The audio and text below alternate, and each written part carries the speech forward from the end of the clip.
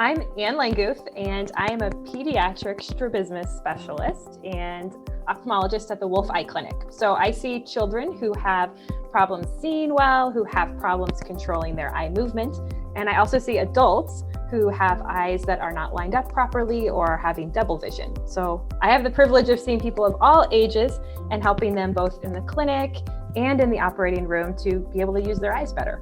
Oh, that is awesome. Coming from a girl that wears glasses every single day, we're so thankful for you. Well, tell us about your story, your background, where you came from, how you got to be where you are today. Yeah, well, I'm actually from Iowa City. So I grew up in the area. This is home. And I always knew I wanted to come back and work in this area. So it's an absolute thrill for me to get to serve Iowa City, Cedar Rapids, and Waterloo. It's really my hometown that I get to work in. So I grew up here, and then I've kind of traveled all over throughout college and medical school and my medical training, spent time on the East Coast and then back, and then East Coast again, and then back. But I'm here now. I'd say a big part of my life, I've always been involved with music, like as long as I can remember. I started playing violin when I was 3, and then played the piano and the harp. And that's still something I enjoy doing today, is playing and sharing music. It's a lot harder with COVID Yes. to be able to find opportunities to gather with other people and share that. But I know the skills that I learned through music have really set a foundation of delayed gratification and perseverance and working on something technically that you can share with others. So that's a big part of what you might find me doing if I'm not in clinic. Yeah, that's awesome. I love music. You go, girl. That's awesome. In your current role, like you just were speaking to it, how has it impacted you and brought you to where you are today, working with kids, adults, kind of throughout their stages in life? Yeah, well, it's maybe going back farther than you want, but my first career aspiration was actually to be a tooth fairy. And when I realized that probably wasn't going to work out so well, I decided I wanted to become a physician. And I've always just loved this magic that goes along with being able to help people in a state of fear and concern, and to be able to find a solution to what's ailing them. And that's stuck with me throughout lots of school and lots of challenges and lots of things. But I've been drawn to the medical profession to be able to reach out and help others and give back to my community.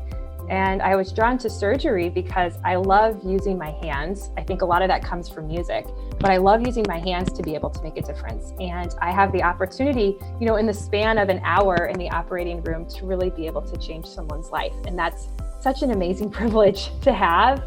To be able to share those moments with families and with patients is really special. That's awesome. You're incredible. I'm like, girl, you do so many great things. Well, awesome. I have a great team. And to be honest, I am who I am because of where I grew up. I mean, the Eastern Iowa is such an amazing place to grow up. I'm so happy that I can raise my family here. We have an incredible education system. We have amazing mentors and role models for whatever your interest is. And I know that I am who I am because I had great people like you that are able to reach out and support and be cheerleaders and advocates for that next generation of leaders. That's awesome. Well, we thank you. So with every accomplishment, right, there are challenges, no matter what. Any words of advice for anyone that's, trying to make it in your field or just trying to get back on their feet, especially after COVID, all those good things like that? Yeah. There are a lot of challenges. I think specifically for people that are involved with the HER Award, like you, outstanding women. I know one of the biggest challenges that I faced was a lot of feeling like I didn't fit in, or imposter syndrome, or questioning whether I should do what I do because I'm a woman. I think back, one of my earliest experiences with that was I did college for kids in summer of 6th grade. I mean, we're really going way back here. And I signed up for a robotics course, and I was so excited to walk into that room. We were building our own robot. We were using like the wood shop equipment, bandsaws, all of that. But I quickly looked around and I was the only girl in the room. And I thought, I can't do this. There's no one who looks like me. There's no one who will understand me. And I wanted to walk on out the door, but I stuck with it. Again, I had great mom. I had great role models who said, no, you can do this, like cheerleaders, stick with it. And I'm so happy I did, because it showed me that our ability to be doctors, our ability to be journalists, our ability to be great moms is not determined by what we look like, what our gender is, our background. It's a factor of our determination and willingness to stick with those goals that we set for ourselves. So to anyone, who's having that sense of self-doubt, stay with it. Find your mentors. There is someone else like you out there. It's an exciting time. Yeah, that's awesome. So the next set of questions is our speed round. It's always my favorite round. So we'll kind of walk through. I know it's a lot of fun. We'll kind of walk through some fun things, different things that we kind of go through. So, favorite author or book or movie that you've seen lately or past that's kind of really like, wow, yeah, that's what I want to do, or that's inspired you? Yes. I love to read. There was a period of my life, like pretty much all of medical school and residency before my boards were finished, that I couldn't read. So now I just gobble up books left and right for pleasure. But I love historical fiction. And I really like Philippa Gregory. She does Tudor-based historical fiction. I'm a total Tudor history nerd. But I will talk to anyone about Philippa Gregory books. Oh, that is awesome. That's super cool. Best advice. It's actually not cool, but you're very kind to say that. It's very nerdy. Best advice you've ever received from anybody, from childhood to medical school to now?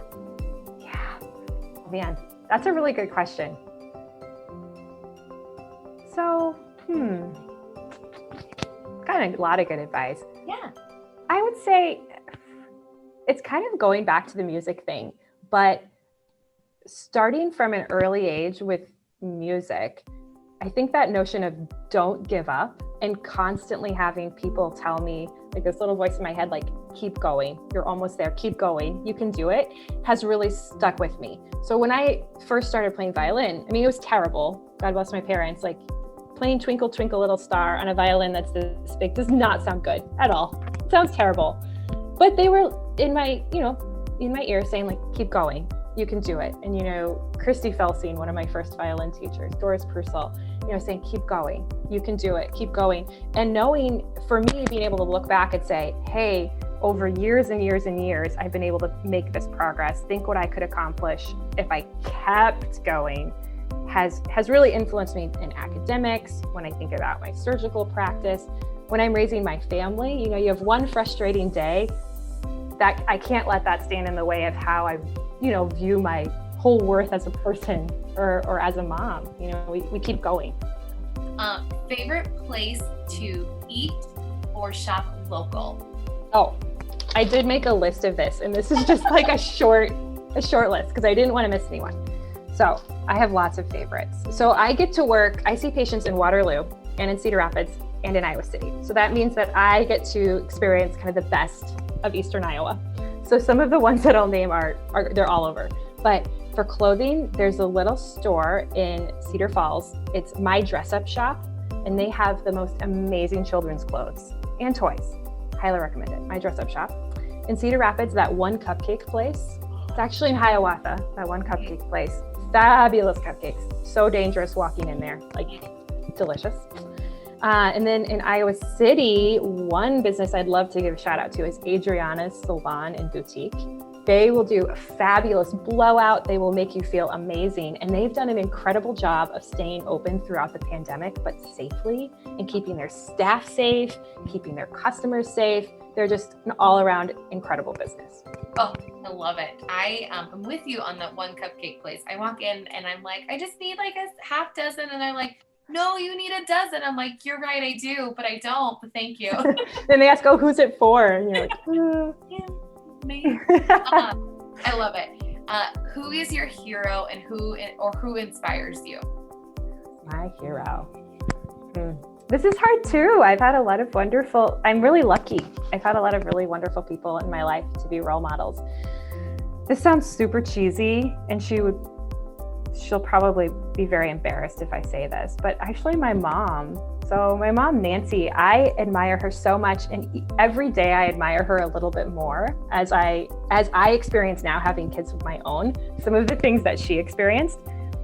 What I love about her is, so she's an incredibly kind human being.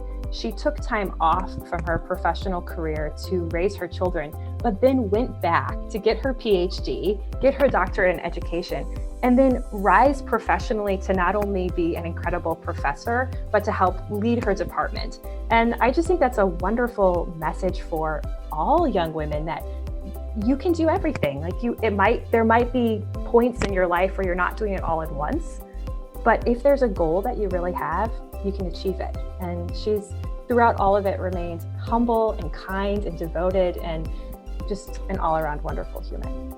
First of all, thank you, Gazette. Thank you for all of your work to highlight women doing amazing things in the corridor. It's an absolute honor to be included in this list of people with drive, determination, and leadership. I'm so thrilled to be part of the 2021 class of her honorees.